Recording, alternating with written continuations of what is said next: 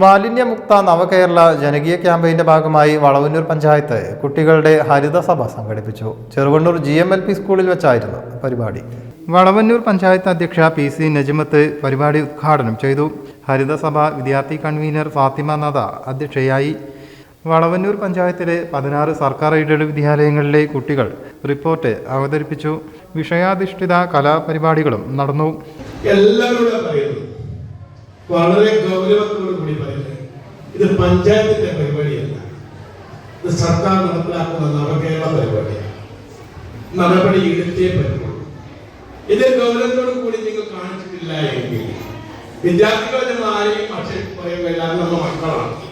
പക്ഷെ നൽകുന്ന അതാത് സ്കൂളിലെ HMമ്മ ഈ ഉത്തരവ് പാലിക്കാതെയും ഇതൊരു ഉപാധ്യക്ഷൻ AK Mujeeb Rahman, standing committee chairman Siddique Thirunelli, Nasheeda Anvar, Sajid, Khairunnisa, Alikutty, Usha Padiyath, Jijesh, Abhilash, Dhanya, വിദ്യാർത്ഥികളായ ഫാൻഷിദ ഹന്ന, റജ ഫർവീൻ, നാസിം, റയാൻ എന്നിവർ നേതൃത്വം നൽകി.